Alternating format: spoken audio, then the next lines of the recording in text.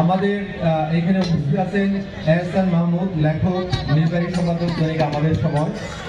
এহসান মাহমুদ গত 15 বছরে ফেসিবাদী লড়াইয়ে এবং হাসিনা শাহীকে উচ্ছেদ করার লড়াইয়ে সামনের সারিতে ভূমিকা পালন করছে তার লেখালেখি, তার সাংবাদিকতা এবং তার অ্যাক্টিভিজমের মাধ্যমে।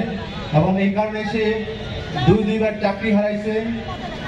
তো এবং গণঅভ্যুত্থানের মধ্যে যারা পিছন থেকে এবং সামনে থেকে গুরুত্বপূর্ণ রোল প্লে করছে ছাত্রদেরকে অর্গানাইজ করার ক্ষেত্রে, সাপোর্ট দেওয়ার ক্ষেত্রে, সেই এহসান মাহমুদ এখন আপনাদের সাথে সহমতি বক্তব্য রাখবেন।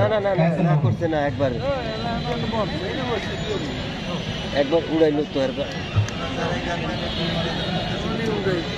এমন জায়গায় উড়াই দিব। প্রিয় উপস্থিতি, আজকে আপনারা সবাই এখানে যে জন্য সমবেত হতে এসেছেন, আমিও ঠিক একই কারণে এখানে এসে সমবেত হয়েছি। আমরা সবাই আজকে এখানে কেন এসে দাঁড়িয়েছি এটা আপনারা সবাই জানেন। মহারাজ আবুল সরকারের মুক্তি চাই আমরা, এবং সারা দেশে ধারাবাহিকভাবে বাউলদের প্রতি, মাজারপন্থীদের প্রতি যেভাবে কোনো কোনো ক্ষেত্রে মনে হচ্ছে যে রাষ্ট্রীয় মদদে, অর্থাৎ রাষ্ট্রীয় কর্তৃপক্ষ যখন নীরব থাকে, অর্থাৎ সেখানে কি রাষ্ট্রীয় মদত আছে কিনা সেরকম একটি সন্দেহের অবকাশ আমরা রয়ে যাই। আজকে আমরা এখানে এসে যারা হাজির হয়েছেন সবাইকে আমি আবারও আমার পক্ষ থেকে অন্তঃস্থল থেকে কৃতজ্ঞতা প্রকাশ করছি। এবং আজকে আমরা এখানে এসে একই সুরে উচ্চারণ করতে চাই, যেখানে টেকনাফ থেকে তেঁতুলিয়া পর্যন্ত, মানিকগঞ্জ থেকে সারা দেশে প্রতিটি জায়গায় যেখানে বাউলরা হামলার শিকার হয়েছেন, আপনারা একা নন, আমরা আপনাদের সাথে সমব্যথী। পাশাপাশি যারা হামলা করেছে তাদের প্রতি স্পষ্টভাবে ব্যর্থহীন কণ্ঠে আমরা উচ্চারণ করতে চাই।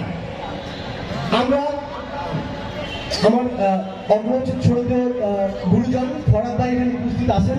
ফরাদ ভাই বলেছেন আমরা প্রয়োজন ওখানে যাবো, পিটুনি দিতে আসলে পিটুনি খাবো, কিন্তু আমাদের তো বয়স কম। ফরাদ ভাইকে আমি সবিনয়ে অনুরোধ করব, পিটুনি খাওয়ার দিন আর নাই। যেই হাত আমাদেরকে আঘাত করতে আসবে সেই হাতকে আমরা, সেই হাত আমাদেরকে আঘাত করতে আসবে সেই হাতকে আমরা রুখে দিব।